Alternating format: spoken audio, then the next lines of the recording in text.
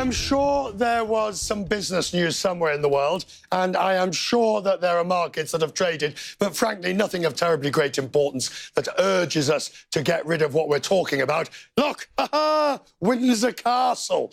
And we are here, it's on that side of me, there it is, Windsor Castle, as we get ready for the royal wedding, which will take place. The ceremonies and the guests will start arriving 12 hours from now, and things have definitely kicked up a notch or three. Prince Harry and Prince William did the rounds a few short whiles ago. The streets were packed with well-wishers, and it's a momentous moment for both Harry and the royal family itself. They spent ages talking to people. While Prince Harry stole the show, this weekend may be about Meghan Markle claiming her moment in history. She says she feels part of the family and institution, now walking into royal history, and will walk unescorted down most of the aisle, accompanied by bridesmaids and page boys. Prince Charles will join her in the choir. You can see she walks through the nave on her own. She gets to the choir, and where she's joined by Prince Charles, and he then walks her to the foot of the altar. Miss Markle effectively gives herself away. Nick Watt is up on Capitol Hill and joins me now with the events. Richard, as you say, she will walk herself down most of the aisle, just with the bridesmaids and pages. Then Prince Charles really kind of symbolically welcoming her to the family. This House of Windsor is all about symbols. He'll walk her most of the way up to the altar, and then she will walk those final few steps up to Harry. And, you know, we've all been talking over the past few months about what kind of royal Meghan Markle will be. Will she kind of blend in a bit like Kate? Will she toe the line? Or she's been an activist since she was 11 years old. Is she going to continue that? I think the fact that she is going to walk herself, she's going to break royal precedent. No other royal bride has ever done this. I think this might give us a hint as to what kind of royal Meghan Markle might be, Richard. And if you take that as an example, what's the mood out there like tonight? Festive. I mean, we just saw, Harry and William walking around. Harry doing, frankly, what Harry does best. Charming little children, glad-handing old ladies, being a normal, affable guy. He was doing that. The only complaints I heard, some people said, listen, we would actually have really liked to see Meghan Markle's mum walking her up the aisle, but we now know that ain't happening, Richard. It isn't happening, and we'll talk more about it. Meghan Markle is a fresh face in the royal family. The polls are showing the royal family is boosting the UK's reputation. On the leaderboard, as always, the Queen is at the top, but Prince Harry's also there, 23% as most popular, according to a global survey, followed by the Duke and Duchess of Cambridge. That's William and Kate to the rest of us.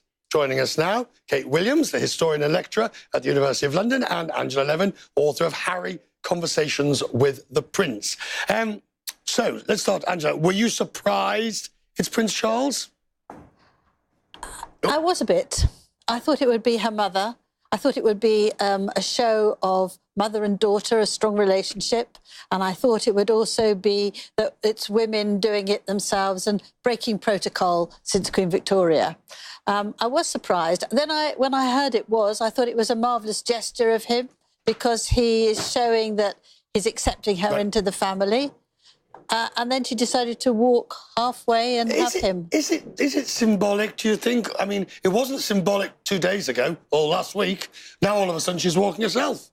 It is symbolic, I think. I think it's really very meaningful. And yes, had Thomas Markle not had to have this emergency heart surgery and thrust all of it into uncertainty, we would have expected to see him walking her up the aisle. That was the plan. But of course, he's not here. Things have changed and there has been all this uncertainty. But I do think the fact that she's doing half of it on her own, accompanied by 10 bridesmaids and page boys, all under the age of 7, so nothing could go wrong, and then giving herself away really does suggest this is a bit of an outdated concept, having your father give you away when you're an independent woman. I'm choosing my words carefully here, ladies. It's a bit melodramatic, don't you think? It's a bit of I mean, the woman is an actress, and she has now managed to construct a denouement to the altar. Yeah, I don't think it's a sort of act of giving yourself away, whether your father does it or whether you do it. You just join someone I think the giving away still is harking back to the time where you expect your husband to support you, you expect him to be in the lead. Right. But I just think you can go down there whichever way you want to and say, here I am. I'm more interested in the mother meeting the Queen for tea today. Yes, the mother met the Queen for tea today. We heard it was a very successful meeting. Harry and Meghan were also there. But we believe that the ultimate seal of approval was that the Queen was seen leaving Windsor with Meghan's beloved dog. So clearly, we know that the corgis love Meghan. So the fact that the Queen has now seems to have adopted Meghan's dog as a chum, well, there's nothing more that can be gained. She's clearly the Queen's favourite. And there they are walking in to Cliveden House, the first house of Nancy Astor, the first woman in Parliament. And that's a beautiful hotel. And it's expensive. It's very expensive. Well, money's no object on this wedding, is it, really? It's very... I mean, we expect an expensive wedding dress. We expect everything will be done in great style and with no expense spared, I think. How important is... Are we overstating, Angela, to you first, are we overstating the importance of Meghan Markle to the royal family? I don't think we are, actually. I think it's extraordinary where she's come from, you know, quite a humble home, quite dysfunctional. She's not at all what you would imagine the royal consort would be. And yet she's climbed her own way up. She's very self-made. She's not an aristocrat who would just do a bit of work on a glossy magazine. She's really worked hard to get known. And I think it is extraordinary. I think the length of time they've known each other is very short. Extraordinary as well, and that she is very powerful and she wants to speak her own way and do what she wants. How is she going to get on, not just with the royal family, but with the bunch of friends, the arguably, some would say, entitled, both titled and entitled people with whom the circles that they mix? She's a working woman who has worked her way up into a very hard career. She is a working woman. She's self-made. We believe she's made herself something in the vicinity of $10 million, which is incredible.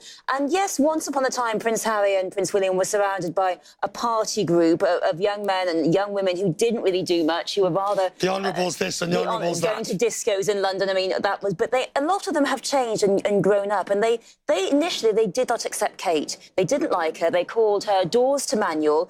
Katie. And to refer to the fact that her mother was an air stewardess, a perfectly respectable job. They said that they called her doors to manual, but they got over their snobbery. And I think it's time to realise that the middle classes, of which I am one, and people who work for a living, it is time that the royal family incorporates them. And so we think about who could George marry? I think another working woman. I think if you look at Charles and Diana, the royal family was searching far and wide to find someone suitable that he would marry. And she had to be aristocratic. She had to be a virgin. She had to come from a good family. That hasn't been essential here. That hasn't happened here. I think it's extraordinary that both men have chosen women they wanted, who are middle class and suit them. Right. Let's talk about the Queen and what she's making of all of this. I mean, a woman who was founded on the abdication, with the searing memory of that. All the scandals from Suez to Margaret to toe-sucking to Diana to Philip and all the various things. Nothing phases the Queen. I think it does deep down, but she doesn't show it. She's a stiff upper lip generation, and whatever happens, duty comes first, so she can swallow all that. I think she's got softer, particularly since Prince Philip, her husband, has taken a step back, because he's the one who likes absolute detail, and she's got a bit softer. And since her own mother died, she would never have worn these bright colours, so I've been told, that she's been wearing lately. If her mother was around, she wouldn't have thought it was suitable. I think she's got more relaxed about things. So, finally, what should I be watching out for tomorrow, bearing in mind that I'm not going to get terribly excited by the dress? OK, well, so what moment? What moment? What moment? I think the big moment is when we see all of the royal family in the chapel, the Queen, and, of course, so many of her relatives are buried there, her mother and father, and we see the moment when Harry sees Meghan for the first time. He hasn't seen the dress, many of the people have, and we'll see, I think, the love between them then. I think so as well. It would be the dress. A lot of men, when they look round, they see their bride. They can't believe how beautiful they look. And they're glowing They're looking at their absolute best. They're incredibly happy. There's emotion in the air, and I think we'll see You're both something. basically politely telling me that I'm a miserable old Do thing, you know my favourite tweet? Go on. There was my favourite tweet. Someone saying Prince Harry's engagement to Meghan Markle gave black women hope, and someone had retweeted it saying his engagement to a beautiful woman gave ginger men hope. And as a ginger woman, I can say that, but just think every ginger man across the world and ginger woman, we can have a beautiful person too.